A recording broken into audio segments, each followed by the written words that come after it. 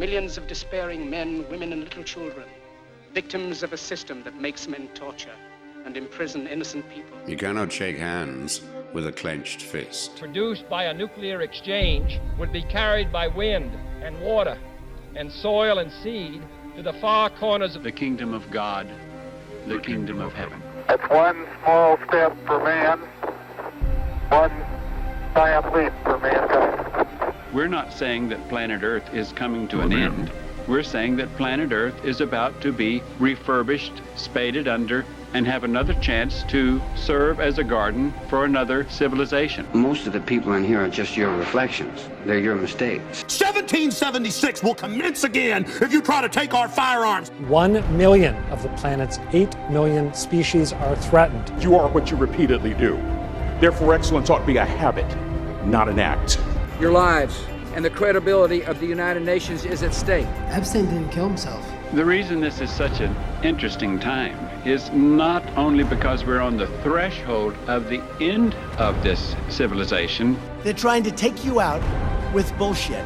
The experience of the past 2 years has proven beyond doubt that no nation can appease the Nazis. To those who can hear me, I say, do not despair. The misery that is now upon us is but the passing of greed, the bitterness of men who fear the way of human progress.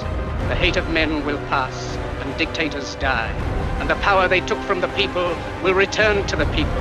And so long as men die, liberty will never perish. In the language of the US Department of Defense, these are unidentified aerial phenomena. Roswell's a very interesting place with a lot of people that would like to know what's going on. There is very compelling evidence that we may not be alone. This is the Garden of Doom. Welcome everyone to Garden of Doom.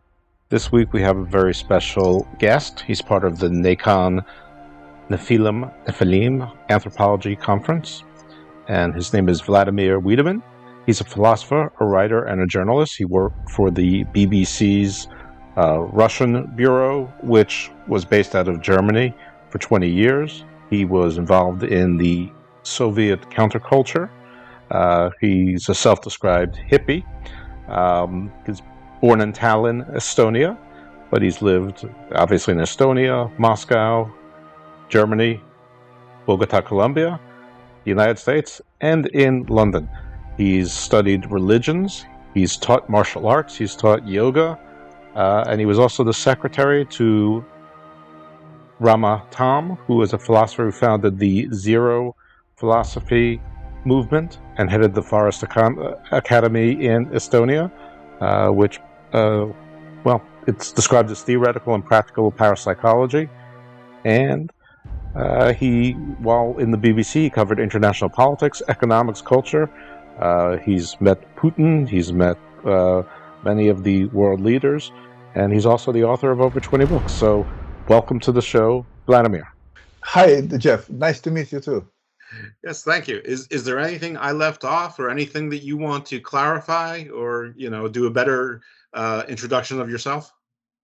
Well, everything's fine. If there would be any questions, I can just say something additionally, or if you ask me anything special. Okay, well, wonderful. When we were talking a little bit in pre-production, you were sort of going through sort of your Soviet era beginnings. So, I mean, I have to confess, I didn't know that there was a hippie movement in the Soviet Union. I guess it shouldn't come as any surprise. I just didn't know that the hippie culture made its way into the Eastern Bloc. I just didn't even know it was a thing. So how were you introduced to it? What was attractive about it to you? Sort of how did you overcome, what I perceive to be sort of the police state controlled indoctrination and, have the mind to say, this isn't all there is, or I want to look for something else? Well, the Soviet Union have not been all the time very, very closed country. Even it was actually comparing to the Western societies. But nevertheless, after the Second World War, and especially after the death of Stalin, the Soviets had the kind of reunification, and then the life became less severe, and then there was also a flow of Western cultural patterns to the Soviet Union, especially with the modern music and modern art, and happened even in the end of 50s and then in the 60s, like, for example, the Western beatniks. And we had a kind of beatniks also in the Soviet Union. People like Western music, like rock and roll and Elvis Presley, and abstract painting. So it started even in the 60s. And then, especially with the beginning of Beatles and Rolling Stones, this Western music came to the Soviet Union, but not via concerts, but via the radio, because at that time the radio still was there, and you can listen to the Western radio stations, and not necessarily American, but also some Western countries close to the Soviet borders, like Finland, Sweden, and Western Germany, and so forth. And then the Beatles made really a revolution in the Soviet society, and people were really crazy. I remember myself, at that time I was a schoolboy in the primary school, and we had some photographs and pictures of Beatles, and we sell it to each other, and it was really, really like fun. And then all bought the guitars and start playing the Beatles songs, rock and roll, and something like that. This was the beginning, and then shortly after Woodstock Festival and this hair production made in the Western countries, and the Soviets start understanding the hippies. So the hippie was something very, very trendy in the Soviet Union, like long hair and very, very colorful dress. But even it was really, really troublesome being hippie in the Soviet Union. First of all, because of the lack of information, but there was still some information was there, especially in my country, in my republic, Estonia. I was born in Estonia, and Estonia is a small republic on the border, western border of the Soviet Union, close to Finland, between Finland and St. Petersburg. And we had a Finnish television in Tallinn, in Estonia, and also the party Swedish one. So we can really watch the Finnish TV, and with all this rock and roll stuff and then alternative culture. And many Estonians, and as well as other people from other Baltic republics like Latvia and Lithuania, they had many relatives in the West because of the Second World War, and some of Estonians and other Latvians and Lithuanians, they immigrated to the West. And but the connections were still there. So we had relatives, and the relatives visited us from time to time in the Soviet Union because it was not so severe as in the Stalin time. And all this information came like Western clothes and LPs and magazines and everything, but also to the deep Russia. First of all, Petersburg and Moscow. There was some sort of communication with the Western culture because of international relations, and especially people from St. Petersburg and Moscow. They were not just simple people somewhere in the countryside, but they were involved in an international exchange in different ways. So this hippie movement started in the Soviet Union from after Woodstock, and especially in the beginning of 70s. So it was really like very, very trendy. But trendy, as I say, not it was like a mass culture, but it was something like special, because we consider that the hippies is a representation of the free world. And I would like to accent as a difference between Soviet and American and Western hippies. And sure. the difference was very, very special. And because for us in the Soviet Union, freedom was something what might oppose to the Soviet system. That means if the Soviets asking for socialism and for like leftism, all this kind of leftist solidarity and against capitalism. But for us, the freedom was exactly vice versa. So the freedom was a capitalism, United States, America, American way of life, everything what opposed the Soviet style of life. That's why the Soviet hippies were not leftists. We didn't support Marxism like Americans did. American hippies, I mean, reading Marcuse and Walter Benjamin and people like that. So the American and Western hippies were mostly left. So they were for socialism, for Red China, for Mao Zedong, and so forth. But we in the Soviet Union, for us, the paradise was not in socialism, but vice versa in capitalism. That's why we were like pro-American, somehow supporting American idea, and Western hippies, they supported mostly like red idea. I don't know, maybe Soviet Union, maybe something like that, maybe Red China, but nevertheless, that was the difference. But what was common for all of us, that we were against the ruling system. In the West, the hippies were like free youth. They criticized the bourgeois society. They criticized the generation of their parents. And they started with the psychedelic culture, trying to oppose the common modern and hippie culture to the bourgeoisie, to the culture of their parents. So did we. But if the culture of Western parents was like a truly bourgeois culture, with like shoppings and consumerism. In the Soviet Union, it was the culture of our parents was like the proletarian morality, the supporting the state, and so we fought the culture of our parents.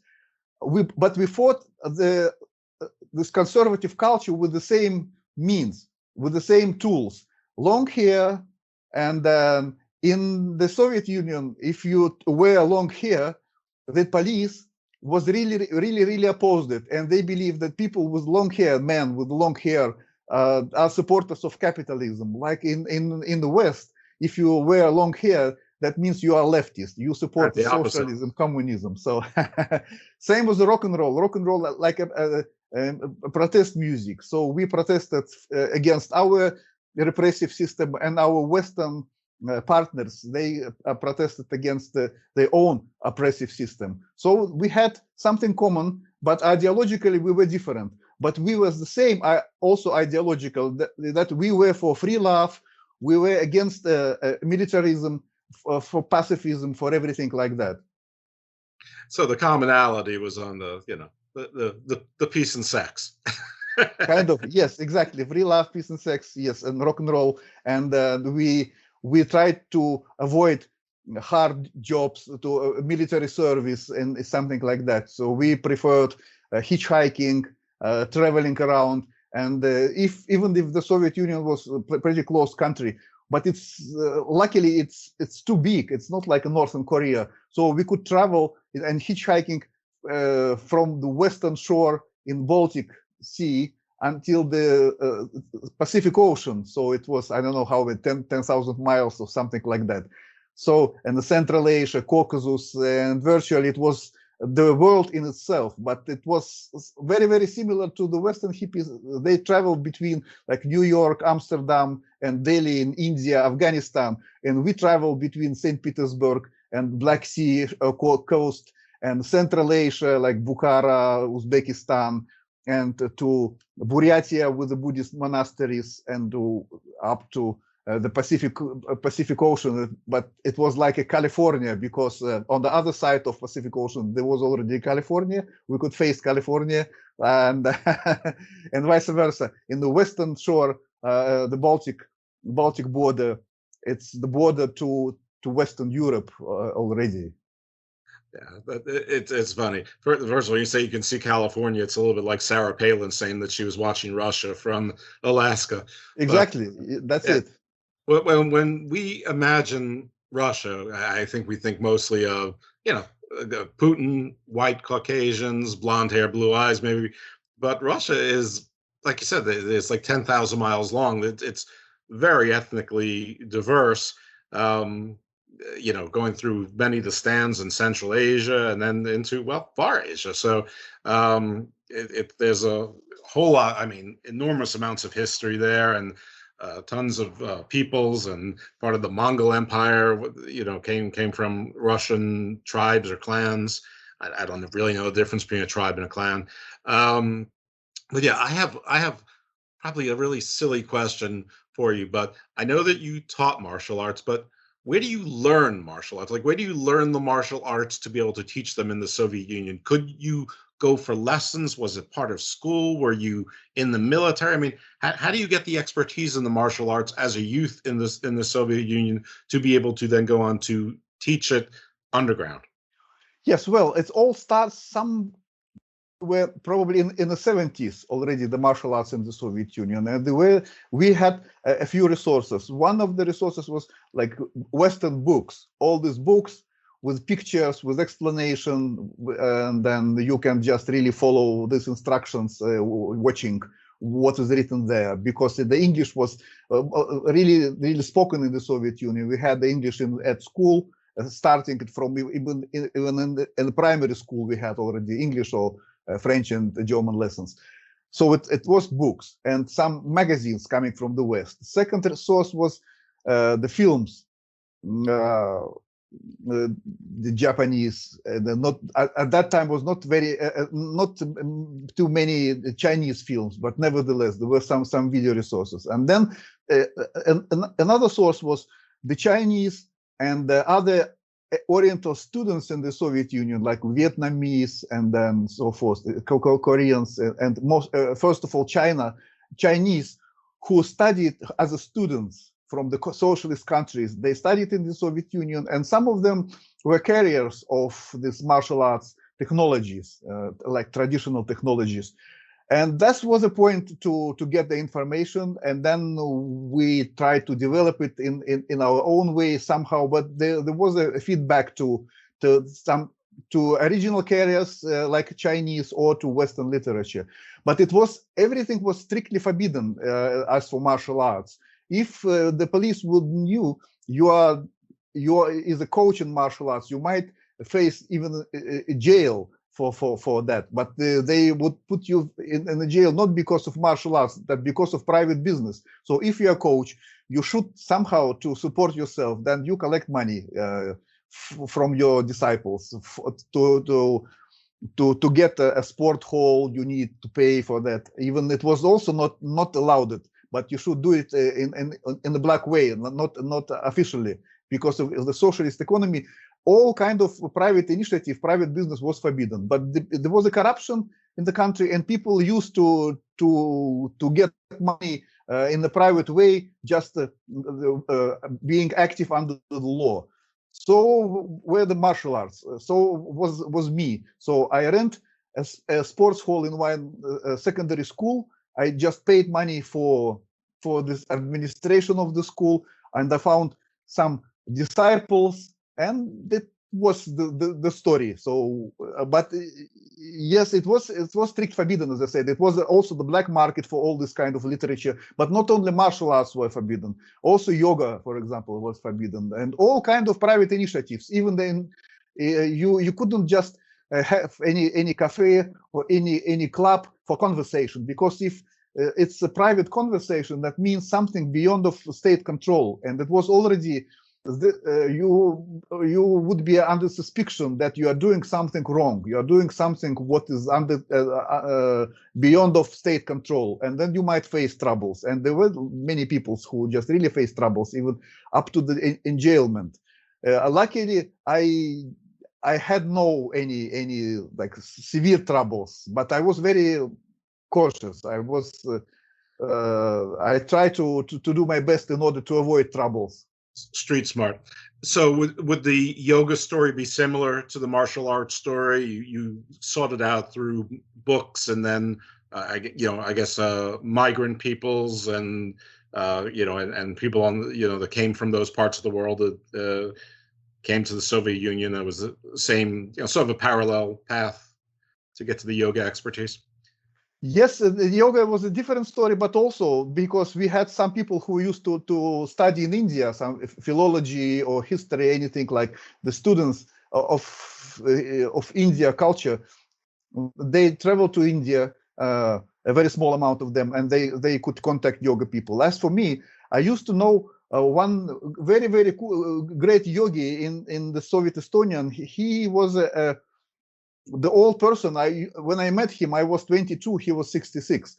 But he was an Estonian who immigrated to the Western Europe even before the Second World War. He went to the Western Europe, to Germany, as a student to study architecture and construction science.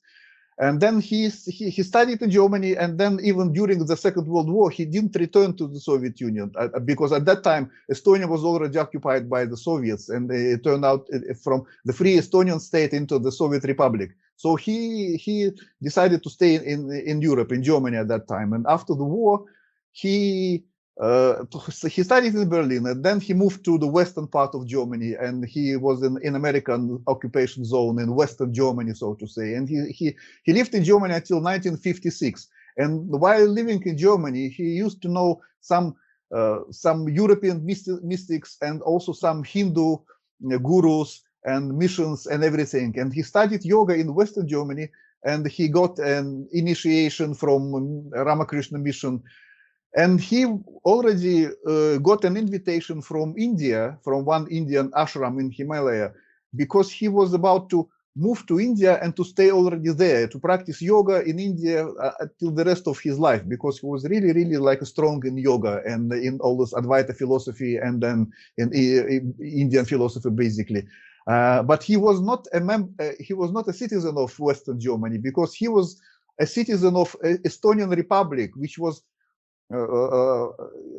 cancelled by Soviets. But that's why he lived in Germany as a, so to say, foreigner with a blue passport.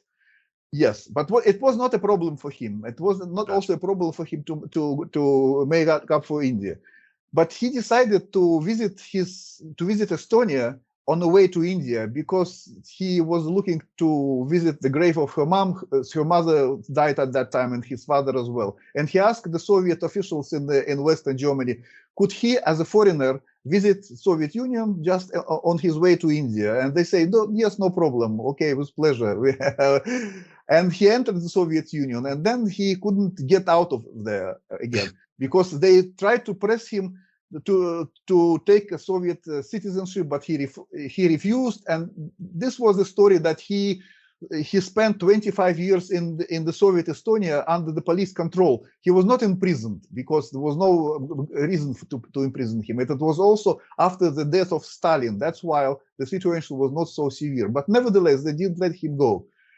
And I met him when I was, as I said, 22. It was in the mid of 70s. And then I learned from him Hatha Yoga and Raja Yoga and all kinds of these meditations. And he had some literature brought from Germany.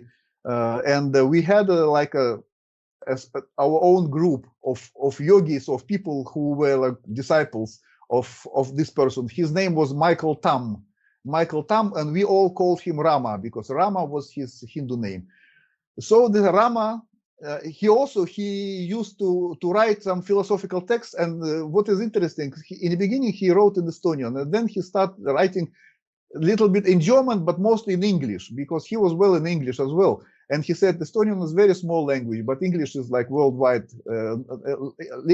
language for other people who might read my text. He wrote in English. Is Estonian very different than Russian? Absolutely different, yes. You can't compare it at all. Okay. So, and then he built a small society around himself, and he wrote books. We made it in samizdat, like with self-printing stories. And then in 81, he got a permission to leave the Soviet Union, because after I met him, I brought my own young friends to himself, and then they brought they were connected to the dissidents. Me as a hippie, I had vast connections in all the Soviet Union in terms of hippies, dissidents, alternative artists on Bohemia, all kind of like quasi non-Soviet minded people. And I explained the story to my friends from political dissidents already. And then they believe that, yes, we should help to this person just to escape the Soviet Union. And they start on, and then they managed to get a permission for him to leave the Soviet Union. So he left the Soviet Union in 81. And then he said to all of us, his close friends, that if you would like to develop yourself spiritually, I advise you to follow me. Just leave this country, because there will be really a lot of troubles in this country in a few years, because the system will collapse. And then, but it's all that means, all this collapse means headache, all kind of troubles. So, but we yogis, we are not like people like that. We are not looking for some troubles in the life. And he said, just leave this country. And we left. In a way, everybody could do it. I personally, I just paid some money for one Colombian citizens, one Colombian professor from Bogota University, who worked in the Moscow State University, just not really work, but she learned Russian, yeah, as a Colombian professor. And some of my friends introduced me, and I said, yes, look, I just pay you money, and then we make the marriage, mock marriage, and then and she agreed. She said, yes, okay, let's do it. So it was really deal, something like that. Oh, you used that trick too. That was the way I escaped from the Soviet Union. At that time, it was in the mid of 80s, even slightly before Gorbachev and Perestroika. And my guru, Michael Tam, he moved from the Soviet Union first to Italy. But in Italy, he had still some old Estonian friends from this pre-war time. They were still alive, and he spent a couple of months with them. And then our dissident friends organized to him a place in the United States, in Boston, so he could get a state pension and apartment and everything. So he moved to Boston, and he stayed in Boston over 20 years, and he died in 2002. And then he managed to publish some of his books in English. Yes, that was, and I moved to Colombia. I spent there almost 1 year and waiting for American visa, because leaving the Soviet Union, I was so naive. I believe, because the Western world is just a free world, no borders, nothing. I can just, for me, the point was escape from the Soviet Union, and then I believe I can travel free. But asking in Bogota, I came to Bogota. Even I bought the ticket, one-way ticket, just one-way trip, because I never intend to go back to the Soviet Union. And I say, yes, would you grant me American visa? Because I'm looking to join my guru. They say, but you just moved to Colombia. You're married. You have your permanent residence in Colombia. Why you are looking to go to United States? Yes, you can go as a tourist, but please show us your incomes, everything like that. And it was like the whole story. Yes, I found some friends in Colombia. Even also my guru, he asked his American friends to help me. And even it was even the story, because some of his American friends had access to the office of Senator Kennedy. What was not John, not Robert? Who was the third brother? Jeff. Of who? Of which family? The Kennedys? Kennedy. Well, there was John, there was Robert. And the third one? Edward. Ted, probably Ted Kennedy. So they had the senator in the 80s. Yeah, he was the only one left alive. Yes. So somehow they had access to Kennedy. They say, yes, we have some person from the Soviet Union. He's just stuck in Colombia. Would you somehow to help him to get out of there, because he's in a troublesome situation? And so then from Kennedy office, they called to American embassy in Bogota. They invited me, and we spoke about our situation. And then so they really helped me to get some financial support in Colombia. And then, yes, they say you just wait. We try to deal with your case, but you wait, and then maybe you will receive the visa to the United States. I was waiting and waiting almost 1 year, but the visa is not there. And I was really tired of waiting all this story. And then I decided to maybe to go back to Europe, not to Soviet Union, but to Europe, and then to join my guru from the Western Europe already. And since I'm a German origin, I had a chance to get a German citizenship and to be a German citizen, and that's why I moved to Germany. And then from Germany, in 1 year, I already moved to visit my teacher in the United States. But I didn't stay in the States forever, because to that point I already knew more about Western countries. I see the difference between Germany, Western Germany, United States, and everything. And at that time I had already my position as a BBC journalist in Germany. So I had job, I have everything in Germany. And Germany, Western Germany, was very, very cool state, very, very nice. I would say almost like Scandinavia. Freedom, money, jobs, everything. Yeah. And then and United States for immigrants was much like just another story, because I see my friends from the Soviet Union, what they're doing in the United States, and it was really, really hard jobs, a taxi driver or something like that. And then I decided, no, that's not my cup of tea, because in Germany I feel myself much more comfortable. But this was my personal story. But basically, yes, I was in contact with my guru. I was able to travel to United States as much as I would like to, and I spent a lot of time in the United States, mostly Boston and New York, and even I wrote a book, Transatlantic Story, describing my love story with one American artist. And then all this time, when this Berlin Wall just came down, and then there was a time of great perestroika, and in the Soviet Union, in Germany, and partly in the United States, because the new reality came, and then it was already another story. Well, yeah, you're a witness to a lot of history, a lot of it firsthand. Yes, I did. As a journalist, I was able to contact to some very important politicians and historical figures like Yeltsin and Gorby and even Putin and Ralph Nader, for example, in the United States. Yes, and I was also active in the American movement, Jubilee 2000. It's about to release world debts. It was a social movement in the United States. I was very, very impressed by that, and anti-globalism. And I used to know David Corton as well, and Professor Leonard Jeffrey from American City School, I believe. He is one of the Black African activists in the United States. And also, yes, Yoko Ono, I used to meet in the Central Park. Yes, and then I met her a few times in Germany when he made an exhibition. So it was another story. And also from the Soviet part, ex-Soviet Union, I mean, new Russia.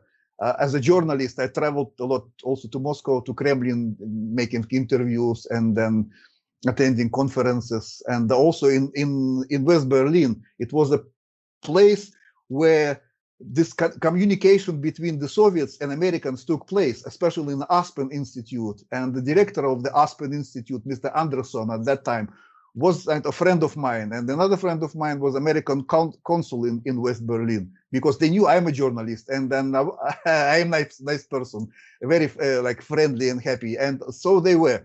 And we used just to communicate, and they invited me for certain conferences and shows and routes. And I remember this conversation between the Russians and Americans in Aspen Institute, and the Russians came from Moscow, like politicians and bankiers and the people who are responsible for the new Russian politics and economy. And they explained everything to the Westerners, everything, all what is behind, who is behind of whom. So absolutely open, like you are in. You explain everything to one police officer. Yeah, trying. They confess. And the Westerners, they just keep silence. They just checking everything. And this was just my personal opinion. I see how naive Russians were at that time. They just played completely with open cards. Maybe not everybody, but people whom I did see. They were like that, so they just sold everything. They said just, yes, we are completely open. Check, yes, we are really open. Yes, you just say us what we have to do. Mm-hmm. And the Westerners said, you guys should do this, and that. And then that was the time. Yes, that was really a funny time. All right, so let's. I'm trying to figure out how to break this up a little bit. I guess that sort of is your BBC time. Let's focus a little bit in on that. What were some of the big stories that you covered? What was the big stories? Yeah, some of them. You know, an example, like I mean, over 20 years, you sort of saw perestroika, the fall of the mostly. It was mostly, as I said, politics. What's going to happen? The decay of the Soviet Union. The Soviet Union went apart, and there were like new republics, new politicians in the Ukraine and the Baltic republics. And by the way, one of the first Estonian presidents was also the correspondent in Radio Liberty, my colleague, journalist. Yes, and then so that was politics, and then. German politics as well, so reporting from Germany, and also economy, like new trends, because it was a Russian service, so it should be interesting for Russian audience first of all. That's why I reported some topics for Russian audience. What is new in Europe, especially in Germany, and then these conferences, meetings between Westerners and Easterners, visits of Yeltsin, for example, to Germany, or some other Soviet or Russian officials. So it was, as I said, politics, economy, and culture, because it was a time when all these Russian artists moved to the West, and Berlin was the first place where they landed. And there were a lot of exhibitions and theaters and cinema festivals, everything. It was pretty interesting time. Especially Berlin, West Berlin was like a threshold trigger for all this communication. Right, it was like a Babylon 5. Yes. Tell us a little bit about Putin. You said that you met Putin. What's your impressions of Putin? You know, I don't want to get you killed or anything, but you know, what do you have about Putin? Yes, first of all, I met Putin right after the 9/11, when he supported Americans in case of this accident, and then there was a meeting between Putin and American politicians in Germany, in Western Germany. So there was a special conference made by Putin in a countryside in one castle, where it was just like a special event, and came Putin and his colleague German Gref. Now he is one of I guess he is the boss of Sberbank, the biggest financial institution in Russia. So they came to exactly to answer questions, and then it was for me a possibility to speak to him, because I was like a BBC correspondent, and Putin was just quite new in power. It was his probably first year as he was a president, elected president, and at that time he was pretty nice. He was like a very short and then nice, and he was smiling all the time, and then he tried to be nice to other people, and then he was pretty popular because everybody tried to speak to him, to touch him, something like that. And I had a good impression. But later, I believe that to rule Russia is a very hard task. Even you might be a nice person, but this weight on your shoulders will transform you. I remember the words of Napoleon Bonaparte. He once said, yes, I was a nice man as well at my time. Yes. So same Putin, but people you also used to say he was a spy, like he was a KGB and everything like that. But I was because I followed the Putin story very well, and I read some books written by not by Russians, but also by Germans. And I could say about Putin's this KGB service, he was not like a 007 agent, like looking for something special, something serious. He was like a gray rat sitting in the office in Dresden, writing some letters and everything. He was very, very like typical bureaucrat. He was typical bureaucrat. And one of his tasks, some German told me, not sure is it true or not, but I guess that's true. One of his tasks was to find within the Eastern Germans elite, to find people who might oppose Honecker, because already in Moscow, the Gorbachev would like to get rid of Honecker, of the leader of Eastern Germany at that time, because Honecker was a hardliner, the communist hardliner, and probably even ex-red terrorist. And once Honecker said, the person, Honecker the person. Yes, Hanukkah is the person. You're saying Hanukkah, the Jewish holiday. I was like, what? No. Honecker, Erich Honecker, the leader of DDR.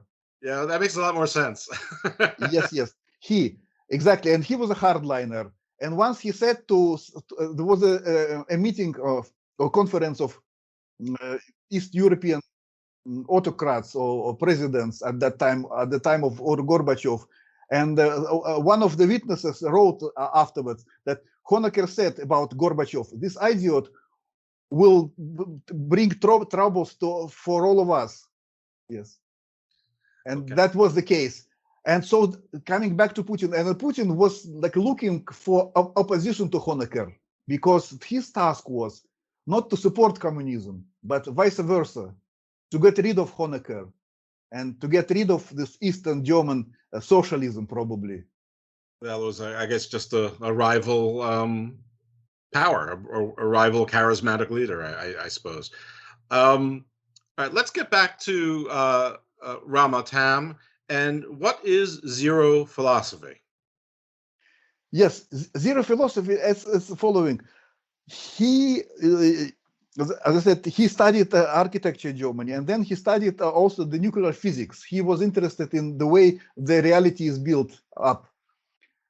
And then studying this Western approach, like Einstein and Niels Bohr and all the Western physicians and mathematicians, he found that something is wrong in the scientific approach. And I mean, not the scientific, but the positivistic approach. Something is wrong. And at the same time, so since he was interested in philosophy, he read the Eastern philosophy, the Indian, the Chinese, most of all Indian. And he even learned Sanskrit in Old Greek at that time.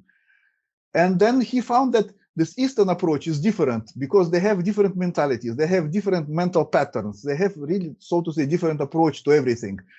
And he tried to bring together this the Greek philosophy and Hindu philosophy, and so to say, Western science and Eastern mysticism, something what Dalai Lama is trying to do now. But Dalai Lama is not as very much intellectual. He didn't study nuclear physics, and he didn't study the modern mathematics, but Rama Tam did. That's why. And he tried to build up like something like a special philosophy. And he wrote his zero hypothesis theory, or null hypothesis theory. That's his approach, his philosophy, how to reunite intellectual models of Western and Eastern philosophies. That's his point. And then there are some texts dedicated to his own approach, terminology and patterns and everything. And then also criticism of Western as well as Eastern philosophies. He tried to explain to other people how to, if you read Western or Eastern philosophies, different branches of philosophy, in which way you should understand it. So how you can check the problems, what is the point, and something like that. So he is actually a mystical philosopher, as he liked to say, first of all. I read some stuff on the internet about you and tied into him as well. And the mystical sort of went into some interesting historical directions as well, and some anthropological directions as well. Can you tell our audience about those things in whatever order you prefer? Sorry, would you repeat it once again? Well, actually, I'm not. I may be connecting the two, but I'm not sure if it was Ramatam or your own studies. But you went into the sort of like, I know that Ramatam studied a lot of religions, and you studied a lot of religions as a result, obviously, and you came to some interesting anthropological conclusions as well. Could you sort of share some of those with our audience? Yes. Okay. Yes. First of all, what I would like to say, once I have enlightenment experience in my life. I was about like 30 years old. I was I traveled at that time to the Central Asia, already practicing meditation and yoga and everything. And I used to stay almost 1 month long in absolutely isolation in the high mountain area in the Eastern Pamir, Western Pamir, sorry. That's in Tajikistan, high mountains. And then which country? In which country, I'm sorry? It was, at that time, it was Soviet Union, Tajikistan. Tajikistan, this is a border to Afghanistan. That's exactly now where the Taliban have their fights. High mountain area. And I used to stay in this mountain area almost 1 month long, being completely isolated of everybody. But by the way, this was how I was going to imagine that the martial arts and the yoga stories were going to be, that you had to go to some high monastery in a mountain on a borderland and be trained like a movie. Yes. So that's me in this area. Oh, for the he's showing a picture of the cover of a book. It's black and white, and he's doing a handstand, and he's sort of built like a Greek god. So, but he's upside down, like at the base of looking like a high peak Himalaya mountain. So. Yes. That's really cool. I have a picture of myself doing the same thing. I can't find it right now. But yes. So what I would like to say, in this area, approximately in 5-6 days after being there in this area, I start listening to like some voices. I believe that should be a radio, maybe shepherds, maybe tourists, or some mountaineers are approaching, and they turn radio on. But then it was very, very like quiet music. But in 1-2 hours, but they still didn't approach. And then I start listening to what kind of music, and music was very, very nice. And then I realized it's something like Bach or this kind of music, like celestial voices. And then it came slightly more loud, but not very much loud. And then I realized that this music is coming from the heaven, from the sky, not from one source like radio. And then I start listening to this music, and then I realized really like this is like a celestial music, like voices, angels' voices. And then later it start being more and more dark, and then the first stars appeared on the sky, and I realized that every voice is coming from different star, and all together they build up a huge symphony, and you can listen to every single voice doing like his special melody, or you can listen to the whole as a whole, and as a whole it was like a symphony. And then I realized also that I'm not only listening to the cosmos, the universe, but also I am a part of universe, because I can feel the universe. I can feel, for example, the mountains on the distance, even touch them with my tongue, trees and everything. And I feel like all this space around me is myself. So my own energy covers all this space. So I really can check if there will be any animals or any people if there will be in this space. And I realized that probably this was a vision of maybe of several animals. If they feel their territory, what is the way they control their territory? They really feel it because they are part of this territory. And also the old humans, probably like Neanderthal or old hunters, they like feel this territory completely as a part of themselves. So this was their natural identity.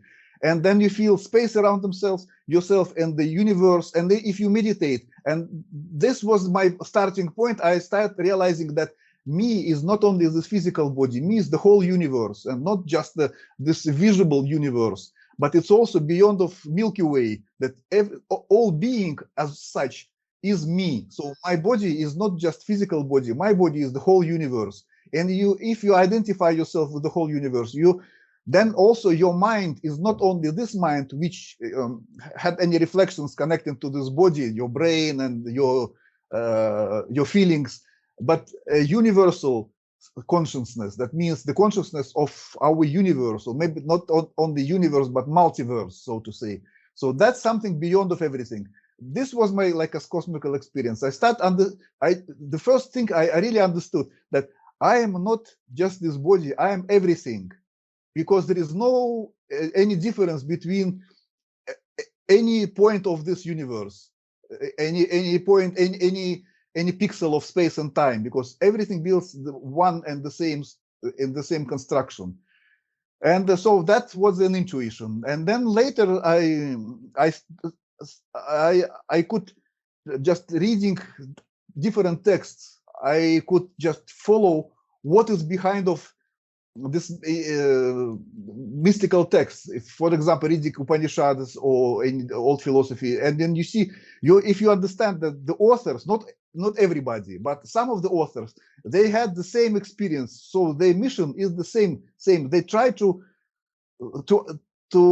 explain this unity of universe, but not only a speculative unity, but a real ontological unity, that you are one. What was the name of the text that you stated? You gave the name of a book, a text that you studied? Upanishads. No, it doesn't matter because this experience, it came not because of books. It came just from itself. Just these celestial voices and everything. And then I understand the book followed. I just wanted, in case the audience was interested in checking it out. But if you read, for example, you can read this Indian Vedas or Upanishads. If you read Upanishads, it's a good example. Then you see they describe this Parabrahman and Atman, and the world is one, Advaita, for example. And then I start realizing what is really Advaita. So Advaita is an experience of Advaita, if you are one. And then I start developing my own vision. So what does it mean to develop my own vision? I tried, and so I'm doing it right now, to fix my intuitions, for example. So if that's the way, if you fix your intuition, then you go the next step, and your vision is more wide and your knowledge is more profound. Because if you don't fix it, at least my brain works in that way. If I'm fixing my intuitions, then I can go further and further. And so with anthropology, I start thinking, what is the human body, basically? What is the human species at all? How can he be connected to the whole universe?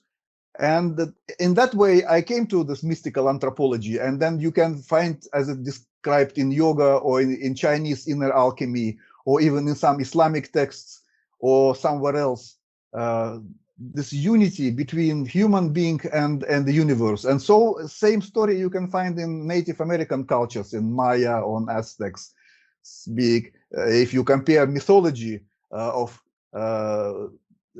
Native American cultures and mythologies of like European and Asian cultures, you can understand that all mythology have to do with the celestial mechanics in certain way, with the understanding of cosmos. But it's at that time when they developed this mythology, they didn't have modern mathematics nor modern physics. They didn't have any scientific instruments to fix it.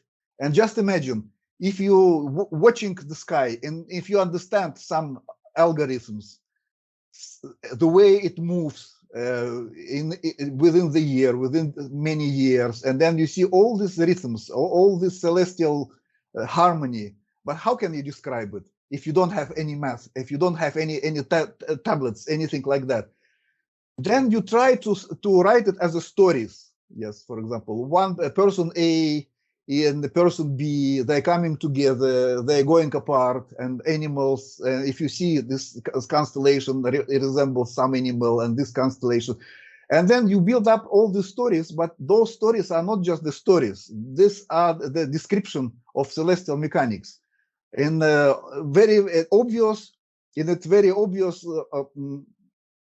way. For example, that moon, sun, it's very obvious. You see like 7 stars, big bear, but there are also some hidden movements. For example, some cycles which last thousands and thousands of years. But how can you understand those cycles? How can you check those cycles? That means if you observing sky from generation to generation, and you also make some notice, like in form of mythology, and then you make some slightly changes. You additionally you write a new formats and then new stories, and then you have this complete understanding. And then if you understand it complete, the way it works, that means this understanding is also part of your consciousness. And if the picture of universe is in your brain, that means your brain is in a magical vibration with the universe in certain way. And then this universe take initiative over, and then it start to dictate you the intuitions of the way it works. And then this is like as I call the cosmical meditation. If you take this contact to the universe, and then if you feel this feedback, then you can just realize your own body as a body of multiverse, not just this small body. And then, but another point is that the deeper you are in this knowledge, the more subjective this knowledge is, basically. Because if you, it's in some way, the Godfather is the most subjective things. He is like a super subject, basically. That's why he's within us. So our true core is the divine in certain way. Because if you follow also the Upanishads, like let's say this Indian philosophy, they say there are several steps of understanding: the waking state, sleeping state, deep sleep states, and the next step, the last fourth step. That means you should understand the basic things, the core truth, not in the waking state, because in the waking state everything is like fragmented, everything. But in the sleeping state, and this is also the part of Michael Tam teach me, in the sleeping state, your intuition is more open. Then from one side, it's still have to do something with your subjectivity. From other side is like more abstract. And then it's a knowledge which is not so very, very like materialistical knowledge. It's something beyond. And then if in the state of deep sleep, a normal person cannot reflect anything. For him, deep sleep is just a gap. But it's not the case. The deep sleep, there is a personality in deep sleep also. And if we awake our personality in deep sleep state, then we should be like Buddhas. Because Buddha, to my mind, is not someone who awake in a waking state, like, oh, I got it. Not in the way I got it as an idea, but he woke up in a deep sleep condition. And then in this deep sleep condition, you see the God face to face.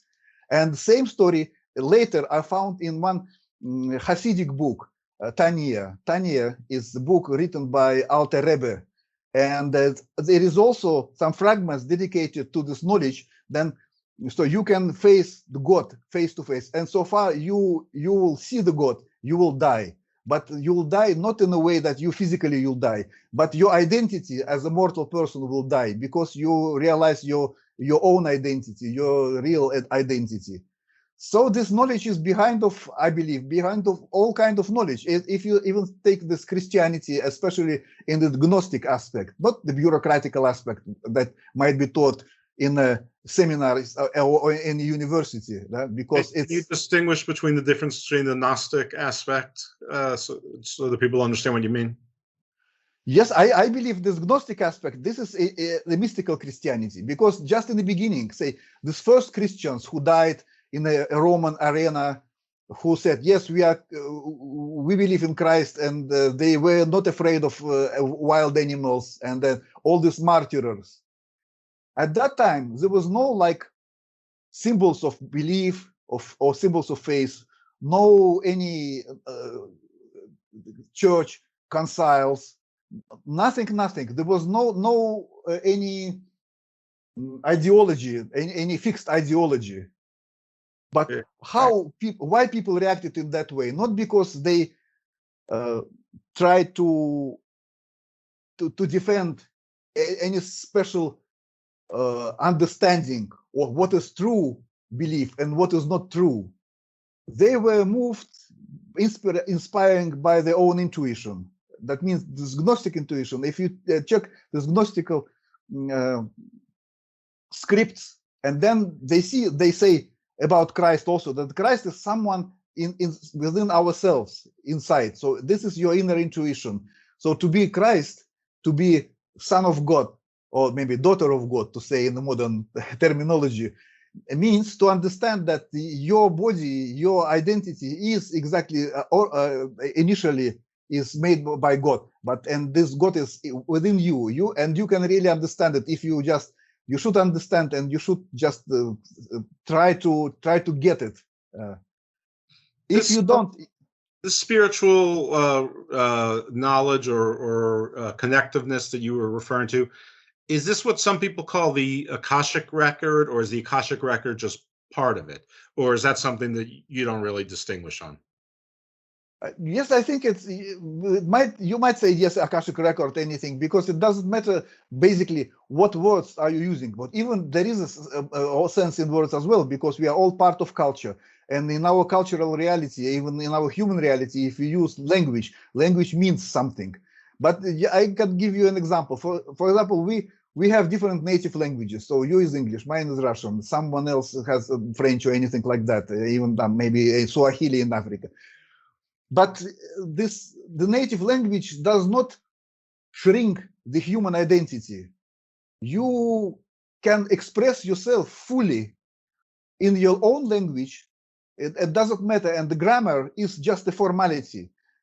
Because even using the formal grammar, this grammar do not shrink your intuition, because you feel free, even being just boxed in any kind of grammar, English language or a Russian language or whatever.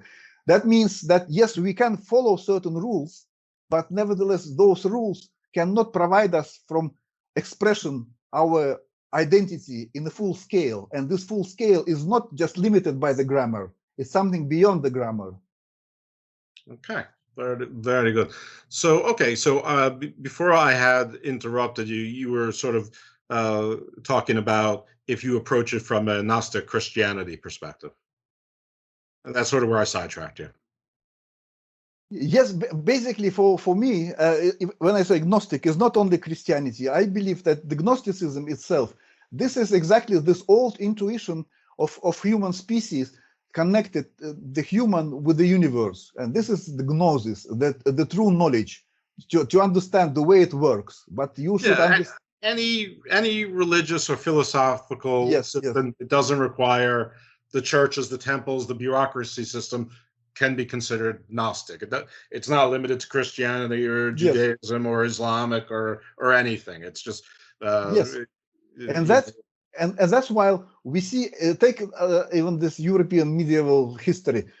In that time, we see the contacts between Gnostics of Christianity, Islam, and Judaism, and even Buddhism and Hinduism, between mystics of different religions. And they all came to the contact discussing something on their own level. But it was contacts even between mystics, not between the officials on the official church. Between officials, they are limited by official ideology. They cannot just step over the ideology because they are doing administrative career, and they have their own rules. Like if you take any bureaucrat, let's say in the White House or in the Kremlin, he should follow certain rules, certain dress code. Otherwise, he can't just be at that place. Yes, but some the tan suit, the whole tan suit thing. But yeah, I'm sorry. Yes, but Gnostics they could discuss themselves. They can't find any proper words and models of thinking. And David Perry, exactly, my London friend David Perry, once he said that, to my mind, the alchemy is exactly this discourse, provides discourse where the mystics from different religions could discuss any issues, not being limited by official theology.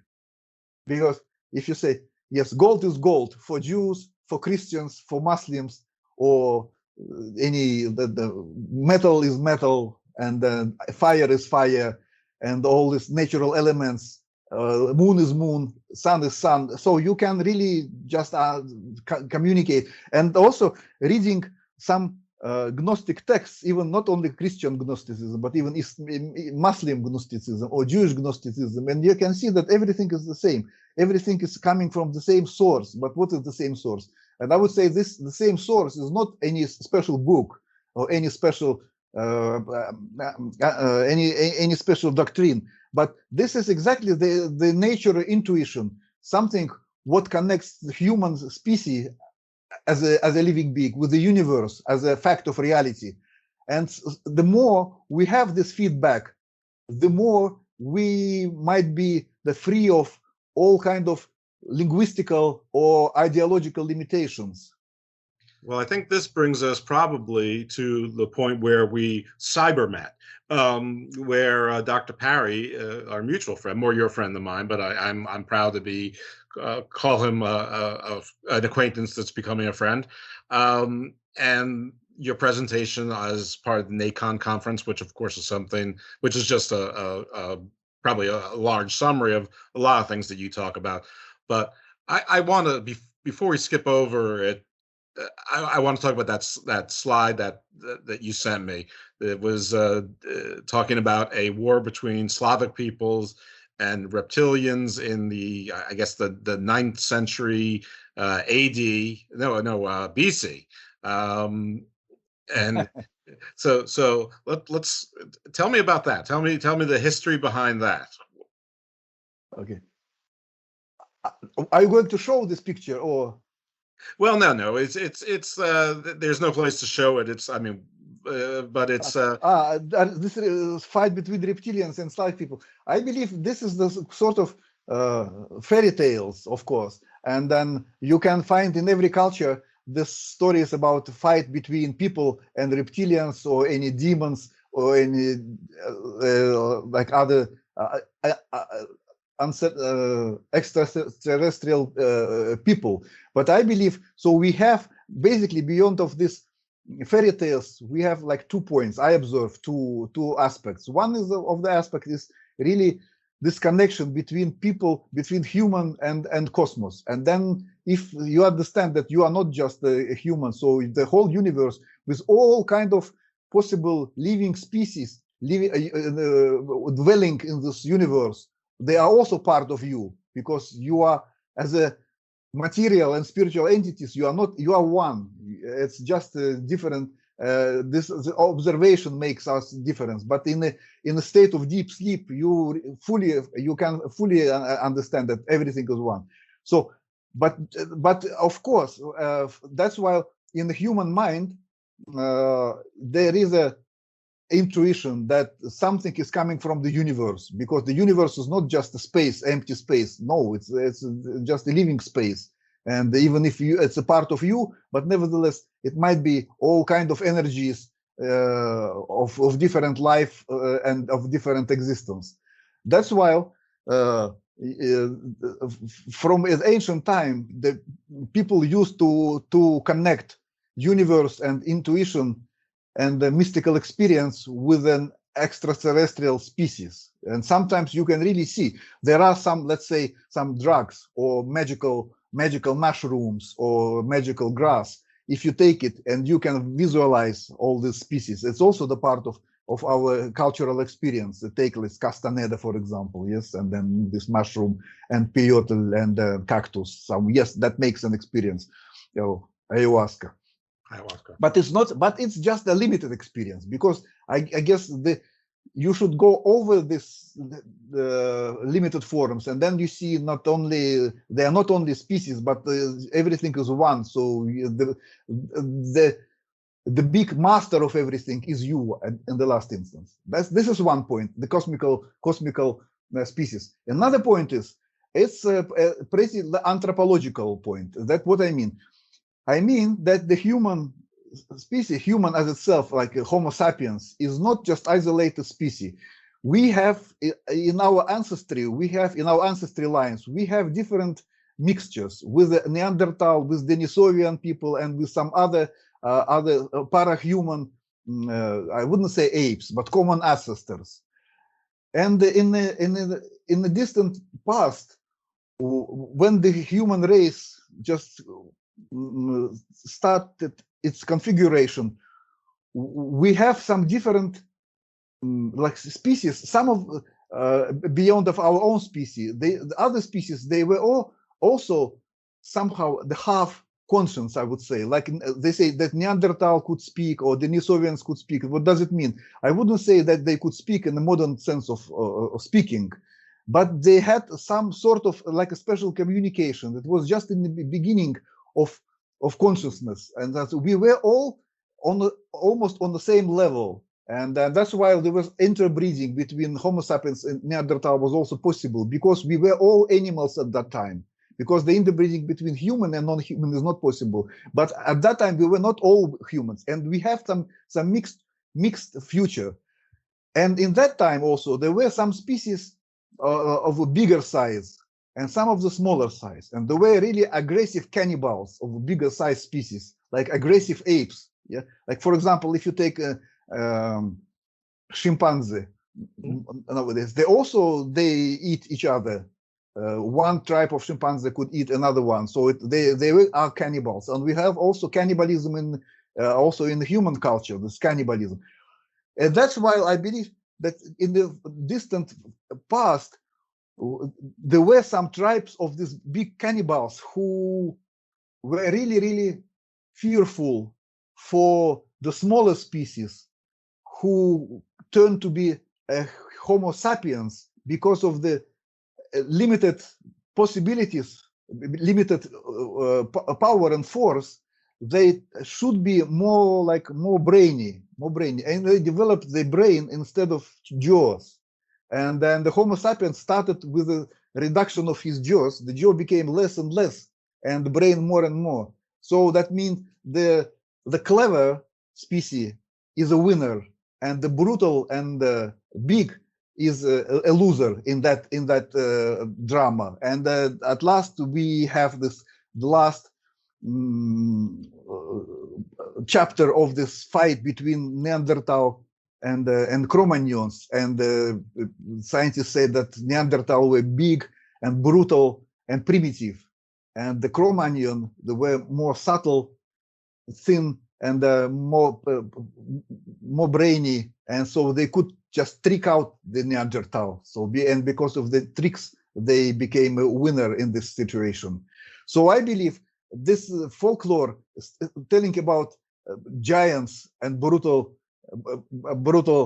species is coming from those distant memory when our ancestors mostly were surrounded by other species or subhuman species, but who were pretty dangerous.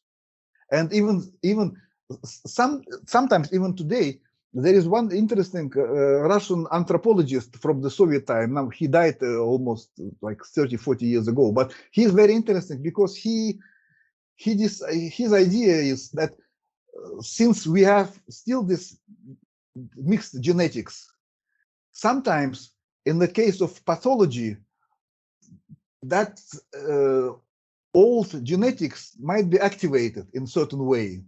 And then we have, in the case of this activation, we have in criminals, for example. So there are some few, maybe 1-2% of all the human populations might be this pathological psychopaths who just kill people not because of any reasonable motivation, like, oh, I'd like to get their money on something like that.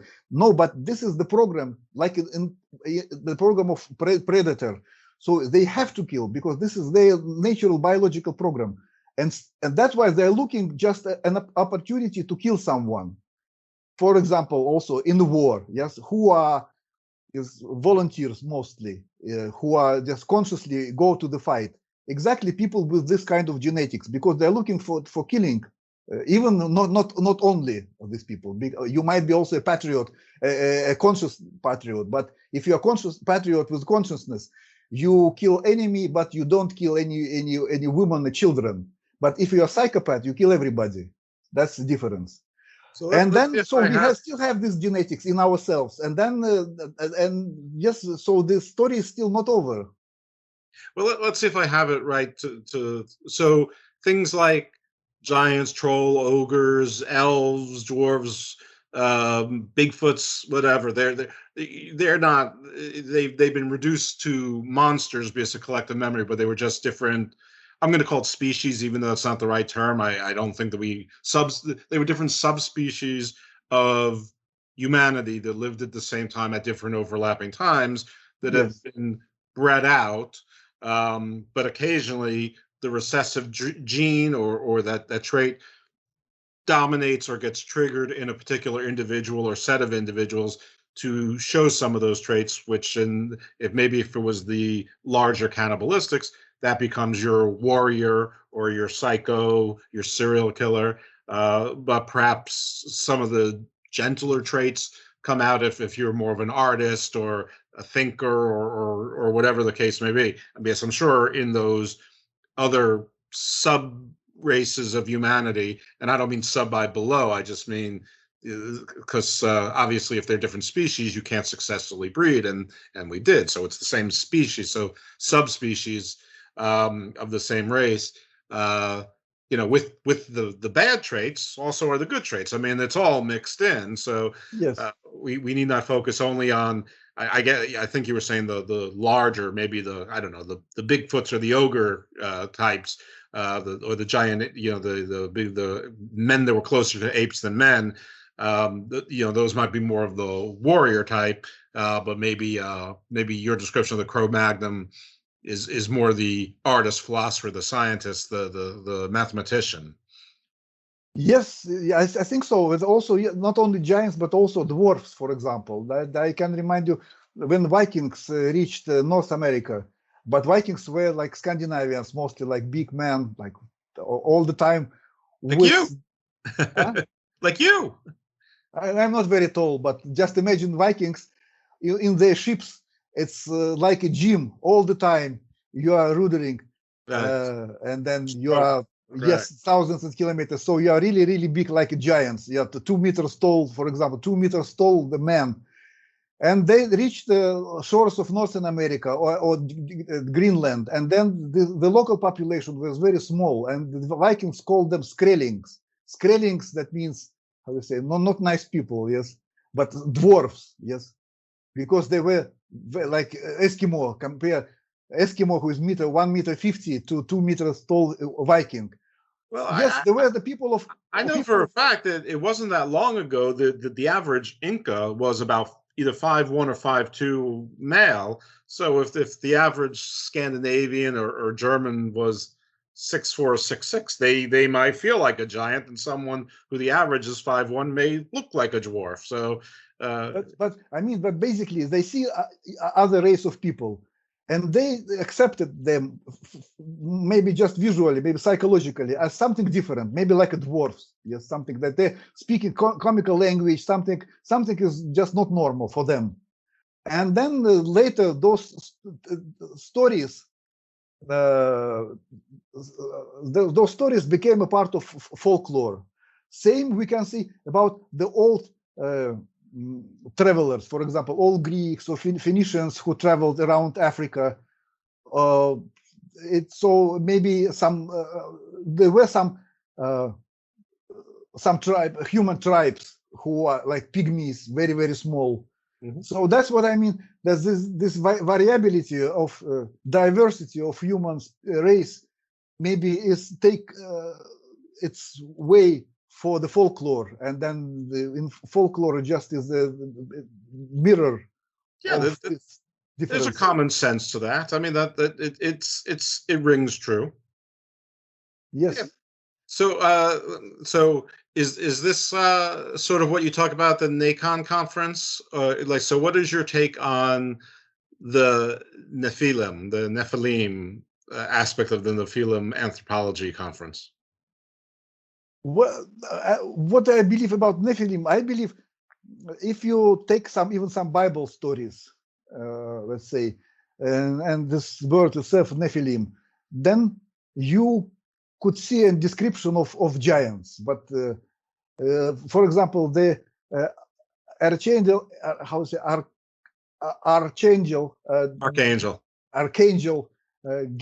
Gabriel, or Jebrail, as the Muslims say, according to Jewish and Islamic mysticism, this Gabriel is a giant. So his feet are on earth and his head over the clouds. Yes. So I believe that all this is like a imagination about the cosmical species, that the cosmical human. So if we realized our cosmical nature, we see that we are these giants basically. And then in some figurative text, in some symbolical text, this idea is described as a giant, as a cosmical being. And then later in folklore already, people believe that this is something physically true. So this is really like a giants living on Earth. Let's see if I understand you correctly. So basically, if somebody makes that spiritual leap, that spiritual growth, that in their mind, it almost is giant-like. It's enormous in scope. It's infinite.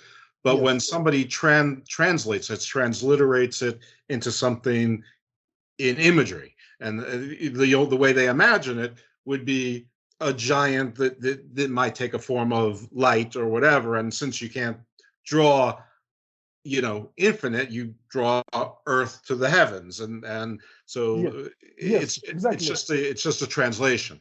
Yes, same example. For example, take these Buddhas of Bamiyan who were destroyed unfortunately by Taliban. These big Buddhas of I don't know how many meters tall, 4 or 5 meters tall.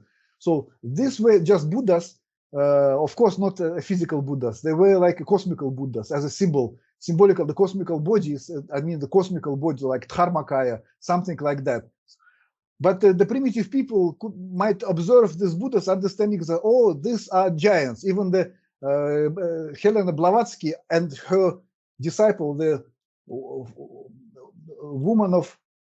wife of Nicholas Roerich, a Russian painter, Helen Roerich, they traveled in Afghanistan, and then she's seen these Bamiyan Buddhas, and she described in her book, these are really like the size of all the races populated Earth. So they were really like 5 meters tall, and then the human species is less than like 4 meters, 3 meters, and now we are 150, like a completely degenerated species. Yes, but she, even an intelligent woman, she understands it as a real picture of real species. But I absolutely sure if you understand Buddhist art, Buddhist philosophy, you understand that those Buddhas are just a symbol of cosmical Buddhas, and that to make it big, it might to impress the normal audience, not just the scientists, Buddhist scientists, but right. ordinary it's not people. A literal translation. It's a metaphorical yes. So then if we have some big statues, someone might believe that yes, this is the real size. Another story I wrote. One conquistador, Spanish conquistador in the early conquista of Mexico, he spoke to some Mexican priests, and they say that yes, our ancestors were like giants, and they show him a huge bone, and then this Spaniard he checked this bone, and he said that comparing to the humans proportions. The species with this bone should be like 5 meters tall, approximately. Yes, yes, and they believe this is the bone of the ancestor.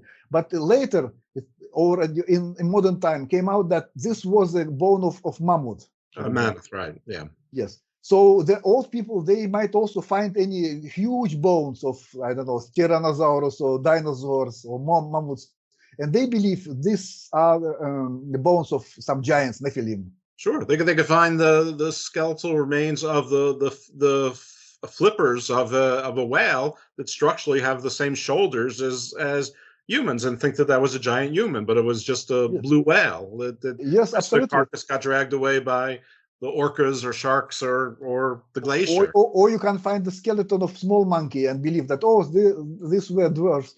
Yes, that's why I believe there are different sources of all the stories. Different species like mythology, travelers, bones of different size, but it's all became like in one puzzle, like all those stories.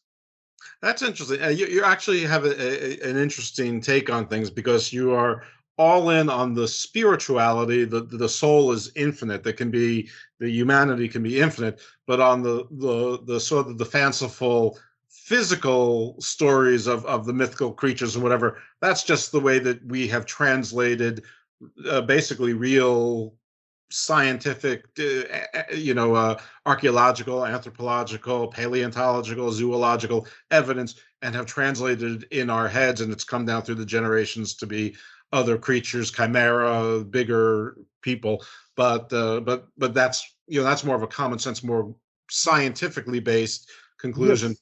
But the other side of you is entirely spiritual. So you're an interesting dichotomy.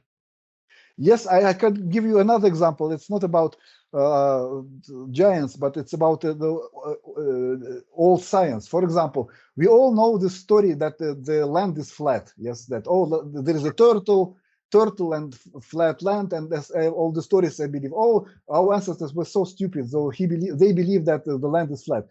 But there is interesting discovery made by some Western scientists, I guess Americans probably, and so they discover that if you take so-called the Bhumandala is the old Indian image of flat Earth, and they describe what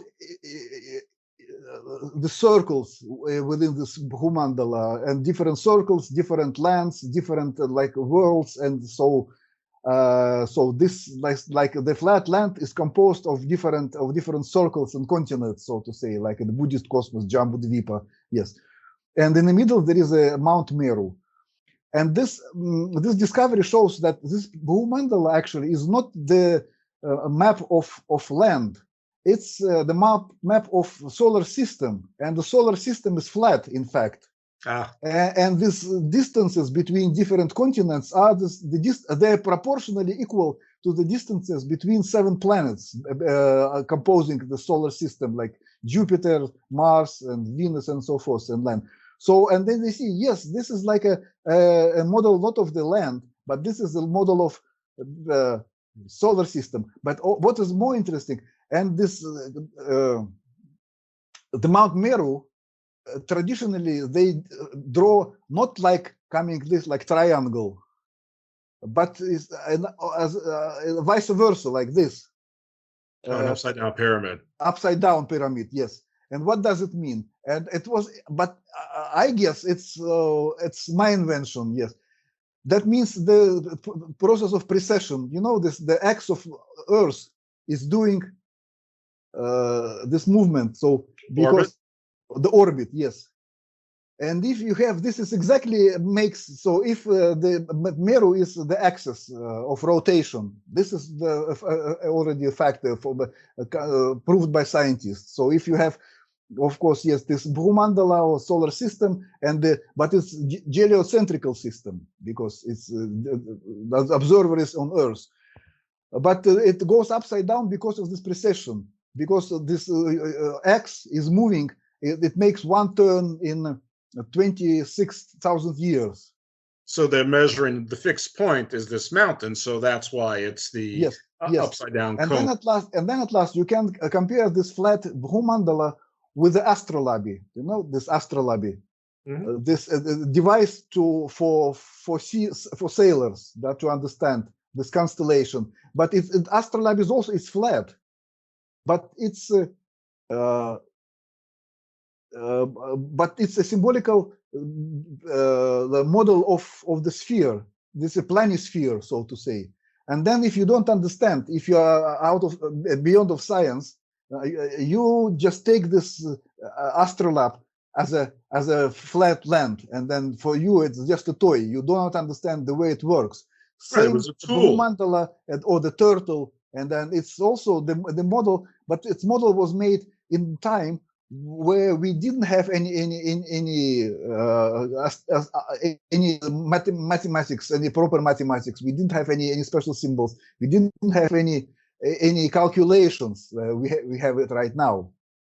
Right, and it also could have just been a way to teach children these larger concepts. And the easy way to do it was the fun way was like, hey, it's on the picture on the back of a turtle shell, and that might be an easy way to illustrate it. So I understand what you're saying. Is that it's been interpreted as they were flat earthers, but they weren't. They were actually drawing things and creating tools in the only dimensions that they had available to them. They couldn't make a holograph or a computer simulation. They had to have something practical to use, and it came out on a flat plane. And then, by the way, the universe is, on a flat plane. Now, the width of that flat plane might be, 10 million miles for us or whatever, which doesn't feel very flat. But in the grand scheme of a universe, it's basically parallel. It's basically flat.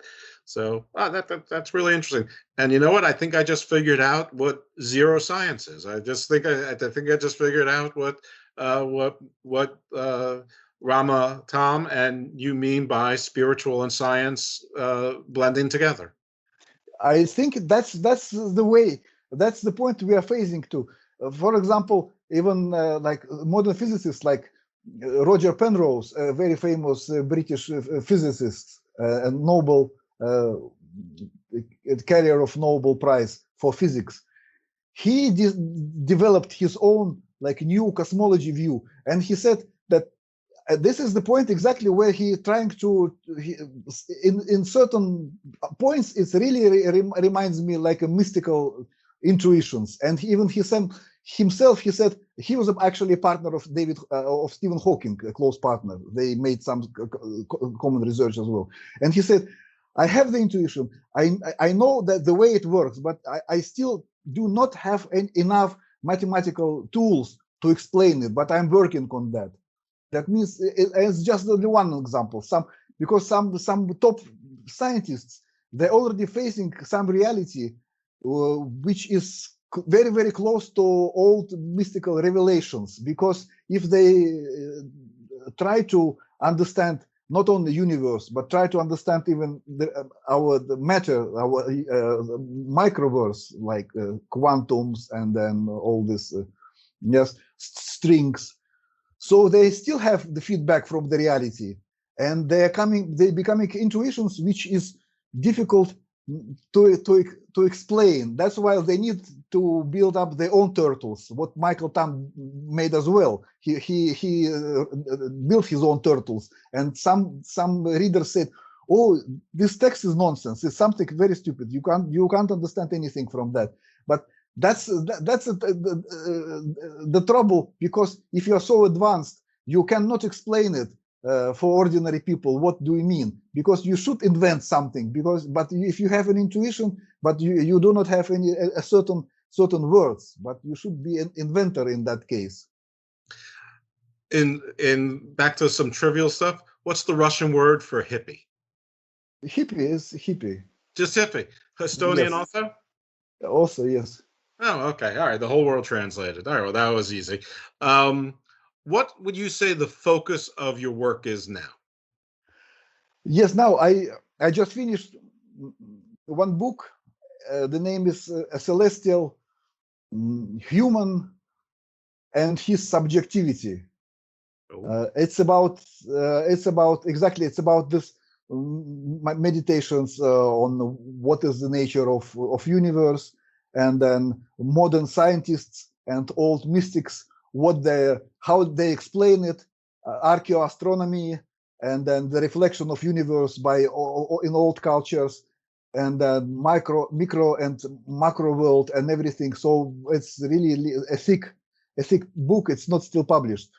I just finished it a few months ago. And my next book is Purusha Yoga, or Religion of Pure Cosmos. That means that the word yoga is connection, yes, and yoke, yes, is coming from Indo-European yoke, or in English yoke, yoga, connection.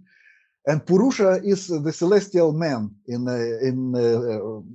Vedas. Purusha means human and means also the universal spirit. And that Purusha Yoga means this connection between human and cosmical spirit. That means you can understand it as Purusha Yoga. Is there any connection between the word Purusha and Russia or Prussia, or is it just coincidence? No. Russia and Prussia is just names of the land. Right. Purusha Yoga. Purusha Yoga means the connection between human species and the universe. Or another name is Purusha Yoga, or religion of the religion of pure cosmos. That means religion. Word religion is coming from Latin religio. Religio means also to unite. Religion means unification. Religion of pure cosmos. This means in my connotation, unification with the pure cosmos. That means Purusha Yoga in English means the religion of pure cosmos. So it's the same, like that's like a synonyms.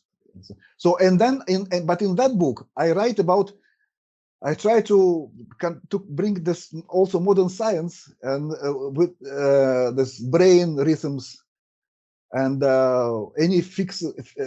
how to fix different states of mind, waking, sleeping, deep sleep, algorithms of our brain, and different regimes of our physiological conditions. Also with the practice of yoga, description of inner body in Hatha Yoga, in Chinese alchemy, how the technique might help us to just realize our inner nature by means of pranayama, fasting, for example, on different exercises. Yes, for example, there is I just as an example I bring you as to one I give you just one point. For example, there is a scientific already approved that if you are, there are different types of activities which stimulates your delta rhythm in your brain. Delta rhythm means the rhythm of deep sleep state, delta rhythm. And in meditation also the delta rhythm is present, but not only delta rhythm, because delta rhythm is just deep sleep, but you should bring additionally some rhythms, and then it makes you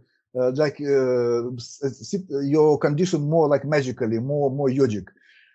But it is delta rhythm. And then scientifically it's proved that if you are fasting, for example, if you are doing brahmacharya, if you avoid sex, for example, right, or if you keep silent, all these activities are stimulating delta rhythm. That means, but the delta rhythm also, the rhythm of deep sleep, is also served as like a certain reunification element, certain oil, which brings all together all your functions in your body, all your brain functions. Because, for example, if we are in deep sleep, in the condition of delta rhythm, in this delta rhythm, all other rhythms of our brain, which are necessary in our waking state, when we think, when we try to solve some problems, and so forth. In the deep sleep, the deep sleep bring a certain harmony between all these different rhythms. That's why deep sleep is very, very important. Same delta rhythm, but brings not only the mental harmony, it brings also a physical harmony. Because if delta rhythm is not only in the brain, but also in the body, that means that the harmony between different your humors, your cells, and the parts of your body is coming more and more harmonical.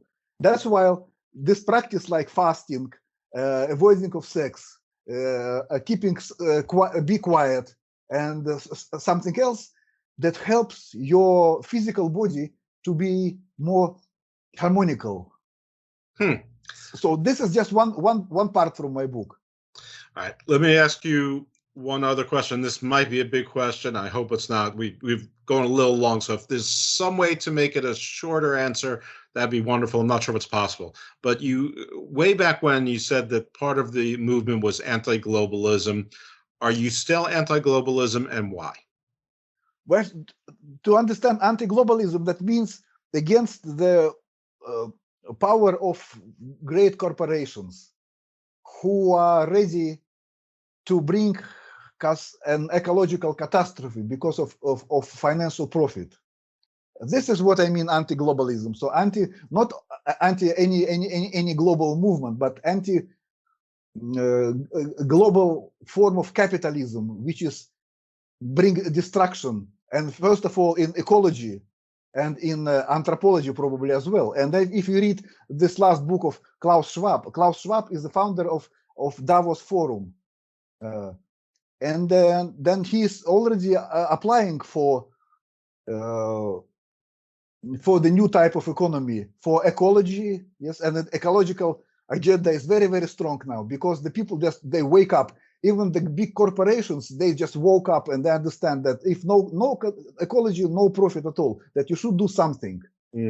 That's why I mean anti-globalism. It's against the destructive capitalism. No customers, no customers. Huh? No customers, no customers. I mean, it's pretty simple. No people, no people, no money, no customers. But yes, there should be customers, but we should just elaborate the new products, which is the ecologically correct products. Typhoid, cholera, and malaria are not business plans. I mean, so yeah. If people want to find your work and want to find you now, where can they find you? This is a free promote zone.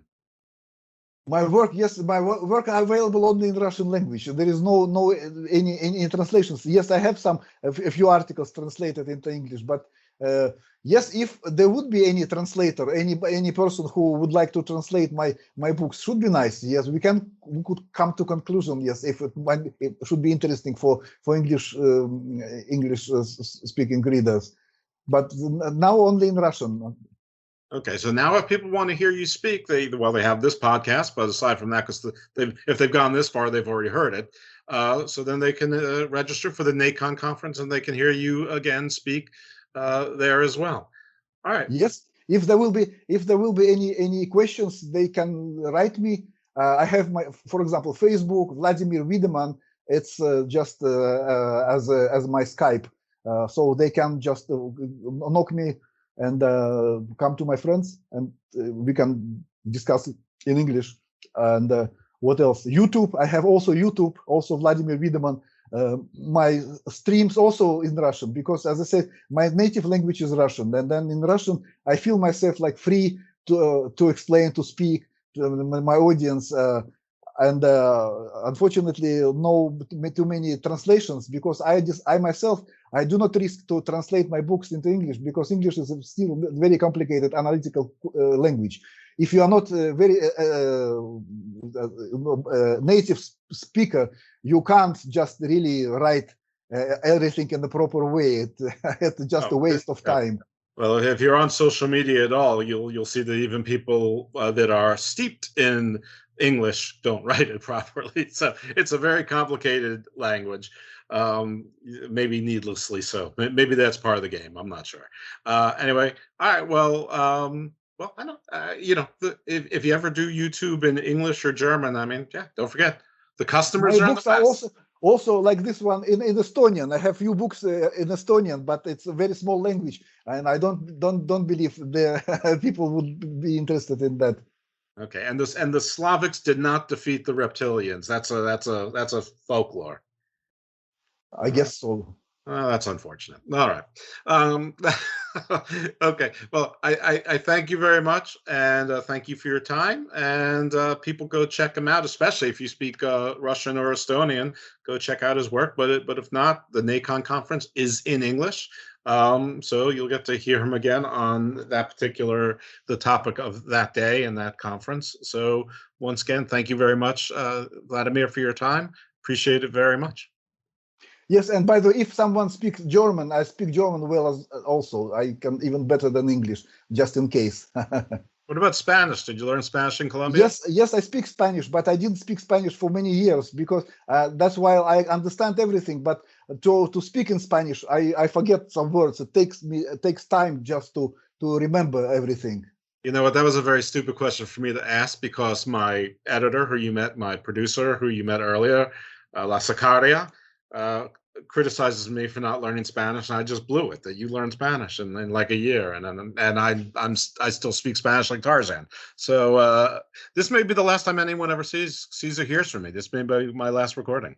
All right, thank you for coming into the Garden of Doom. I look forward to seeing you. We're recording this in August. This will drop probably closer to the conference for obvious reasons. It's for promotion, but I will see you in October, at least virtually, during the conference. I look forward to it. Yes, sure, Jeff. Yes, thank you for your time, and then my congratulations to all of our audience. Yes, and then I say hello to everybody, and I hope we'll meet again and we discuss the fresh news. Excellent. I look forward to it. All right, all. Check out next week, and I think it's appropriate to end this show by saying peace. Take care, Vladimir.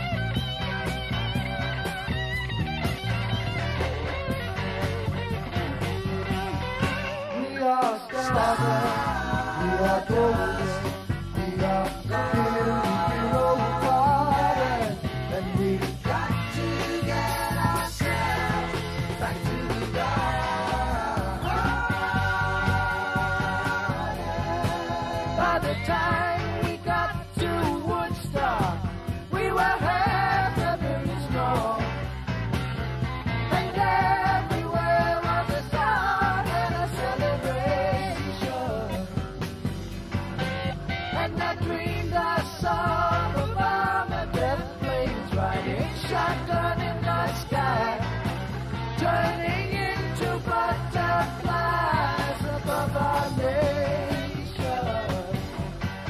We are stars.